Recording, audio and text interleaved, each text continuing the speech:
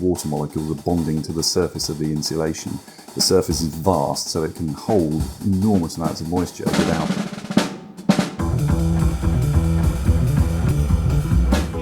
How do we prevent interstitial condensation when looking at internal wall insulation? So Chris, naturally, one of the main questions that we have around internal wall insulation is how do we design it to avoid interstitial condensation?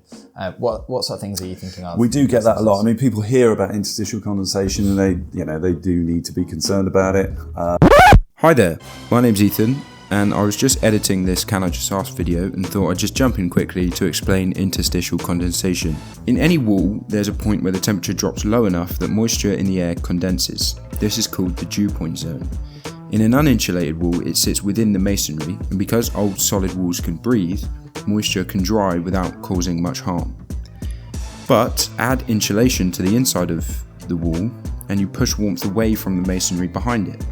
The masonry gets colder, and that dew point zone shifts inwards, right to the interface between the insulation and the wall. That's interstitial condensation. So how do we design internal wall insulation that keeps that moisture under control? What we do is all of our internal wall insulations tend to use vapour permeable hygroscopic materials. So if you model those on a steady state calculator, you'll see lots of interstitial condensation. It will say, no, that's terrible, you shouldn't use it. In reality, you're not getting liquid moisture formation in the wall or at the interface between the insulation and the wall beneath. You're getting adsorbed moisture. So moisture, individual water molecules are bonding to the surface of the insulation. The surface is vast, so it can hold enormous amounts of moisture without forming liquid moisture. And importantly, without changing the thermal conductivity of the material significantly as well.